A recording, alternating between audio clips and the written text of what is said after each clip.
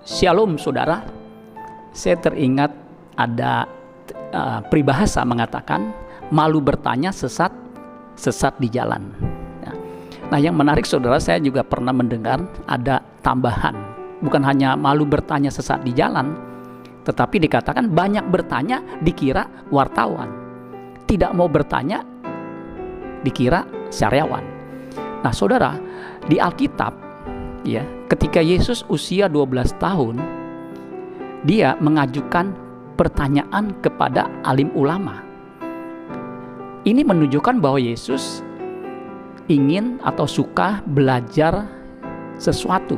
Dalam hal ini tentunya belajar Taurat. Kalau kita baca di Lukas pasal 2 ayat 46, dikatakan begini: sesudah 3 hari mereka menemukan dia dalam bait Allah. Ia sedang duduk di tengah-tengah alim ulama. Jadi Yesus duduknya di tengah-tengah alim ulama. Biasanya alim ulama itu berdiskusi tentang Taurat, ya, tentang Taurat, namanya alim ulama, ya. Sambil mendengarkan mereka, jadi Yesus belajar. Buktinya dia mendengarkan, bukan hanya mendengarkan, dan mengajukan pertanyaan-pertanyaan kepada mereka. Jadi Yesus bukan hanya mengajukan satu pertanyaan, karena dikatakan pertanyaan-pertanyaan kepada mereka. Berarti dia punya rasa ingin tahu yang besar. Buktinya apa? Banyak pertanyaan. Dia banyak pertanyaan bukan karena wartawan, tetapi karena ingin tahu. Ya, bukti bahwa orang belajar itu biasanya mengajukan pertanyaan. Nah, dengan pertanyaan itu ya, membuat kita jadi berpikir. Coba aja kalau kita ditanya, kita pasti berpikir. Ya, kita ditanya baru berpikir. Ya, kalau kita nggak ditanya, kita nggak akan mikir, kecuali kita memikirkan. Nah, saudara, di situ bukan hanya Yesus mendengarkan dan mengajukan pertanyaan. Di ayat 47, dan semua orang yang mendengar dia, berarti mendengar dia, berarti dia berbicara. Sangat heran akan kecerdasannya. Kecerdasan seseorang itu terlihat ketika orang itu berbicara. Betul nggak saudara? Ya, orang kelihatan bodoh ketika dia berbicara. Kalau diam aja, dia nggak kelihatan bodoh. Ya, padahal dia bodoh karena dia tidak berbicara. Ya, kalau ketika dia berbicara, padahal dia bodoh, baru ketahuan. Nah, Yesus dikatakan di sini, dan semua orang yang mendengar dia sangat heran akan kecerdasannya. Dan dikatakan segala jawab yang diberikannya. Jadi Yesus bukan hanya bertanya, tetapi juga menjawab pertanyaan alim ulama. Nah saudara, ini menunjukkan bahwa masa kecil Yesus dilingkupi atau ditandai dengan keinginannya untuk belajar. Makanya gak heran kitab Ibrani mengatakan begini, Ibrani pasal yang ke-5 ayat ke-8 dikatakan, dan sekalipun ia adalah anak, ia telah belajar menjadi taat dari apa yang telah dideritanya. Jadi Yesus juga belajar ya untuk taat. Nah, untuk taat saudara itu butuh latihan. Ya, untuk berkenan kepada Allah juga butuh latihan. Ya, Paulus mengatakan di 1 Korintus pasal 10 dikatakan begini, 1 Korintus 9 ayat 27, tetapi aku melatih tubuhku dan menguasainya seluruhnya. Jadi melatih itu sama dengan belajar, ya, melatih. Tentunya melatih itu ada pengulangan demi pengulangan, ya. Misalnya melatih ya suatu gerakan, ya, itu ulangan dilakukan dengan mengulang. Nah, Paulus mengatakan tetapi aku melatih tubuhku dan menguasainya seluruhnya, supaya sesudah memberitakan Injil kepada orang lain, jangan aku sendiri ditolak. Jadi Paulus sungguh-sungguh melatih tubuhnya. Dia belajar melatih tubuhnya, anggota tubuhnya, supaya anggota tubuhnya itu dilatih untuk melakukan kehendak Bapa di sorga. Ya, kalau di Roma dikatakan melatih tubuhnya atau menggunakan tubuhnya sebagai senjata kebenaran. Tubuh kita ini saudara sekalian, mulai dari mata, hidung, telinga, ya, itu tangan, kaki, ya, itu bisa menjadi alat penyembahan ketika dilakukan untuk kemuliaan Allah Bapa di sorga. 1 Korintus 10 ayat 31 dikatakan, apapun juga yang kamu lakukan, ya, baik engkau makan, engkau minum, atau melakukan segala sesuatu yang lain, lakukanlah semuanya untuk kemuliaan Allah Bapa di sorga. Melakukan segala sesuatu seperti makan, seperti minum, itu kan menggunakan anggota tubuh. Nah, kita harus gunakan untuk kemuliaan Allah Bapa di sorga. Nah, untuk itu perlu berlatih. Seperti kalau kita makan, ya, itu kan ada tata caranya, table manner. Itu kan mesti dilatih. Bahkan makan apapun kita harus latih, ya. Kita nggak bisa makan sembarangan. Kalau kita makan sembarangan, saudara sekalian, nanti kalau kita makan sembarangan waktu muda, nanti usia 50-60 baru memetik hasilnya, yaitu penyakit demi penyakit.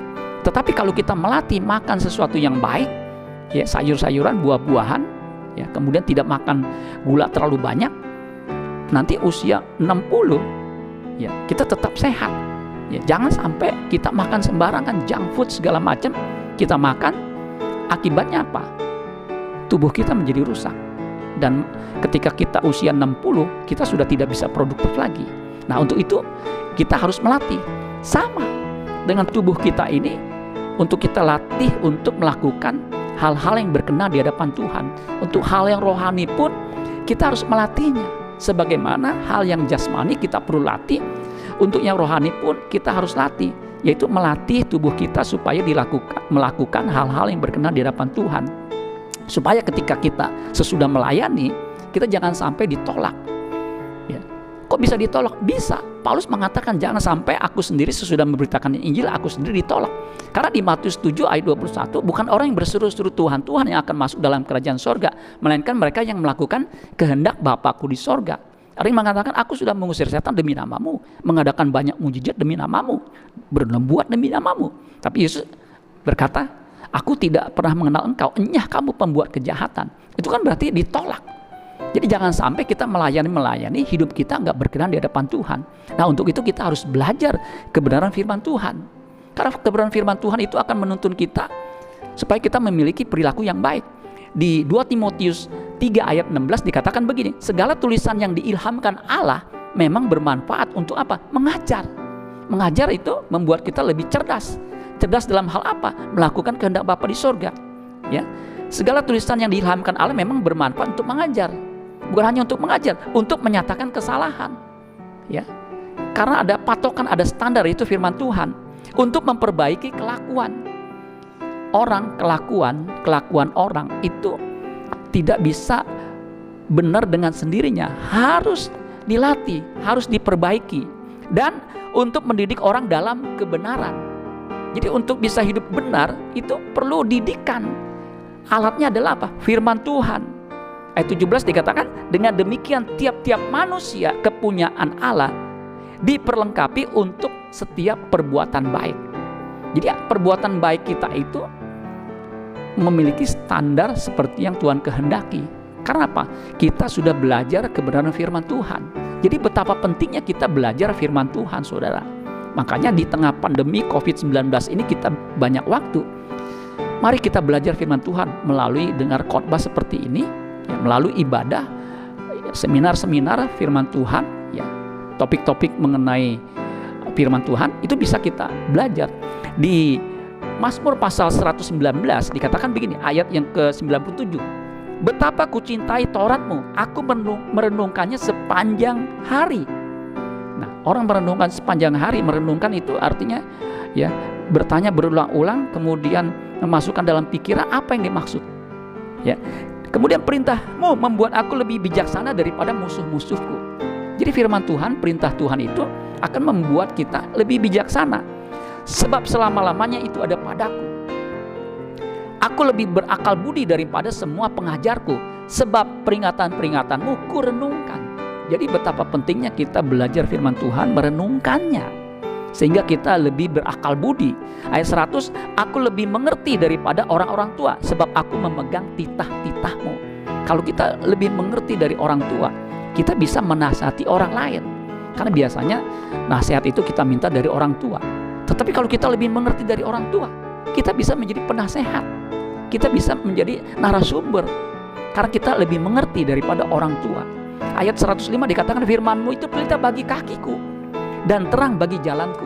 Jadi dia akan menuntun kita. Menuntun kita kemana? Menuntun kita mencapai destinasi yang Tuhan kehendaki, yaitu hidup berkenan di hadapan Tuhan. Jadi hanya orang yang mau belajar kebenaran firman Tuhan dan melakukannya, itu orang yang berkenan di hadapan Tuhan. Nah, selama kita hidup di bumi ini, sesungguhnya tujuannya adalah belajar firman Tuhan untuk melakukannya. Makanya amanat agung Tuhan Yesus mengatakan, jadikanlah semua bangsa murid. Tugas murid yang utama adalah belajar. Murid Kristus itu tugasnya belajar, ya. Belajar apa? Kebenaran firman Tuhan. Supaya apa? Supaya mengertinya. Setelah mengerti, melakukannya. Setelah kita melakukannya, hidup kita akan berkenan di hadapan Tuhan. Karena apapun yang kita lakukan, itu akan memuliakan Tuhan. Karena kita melakukannya sesuai dengan firman Tuhan. Biar firman Tuhan ini boleh memberkati saudara semua. Tuhan Yesus memberkati.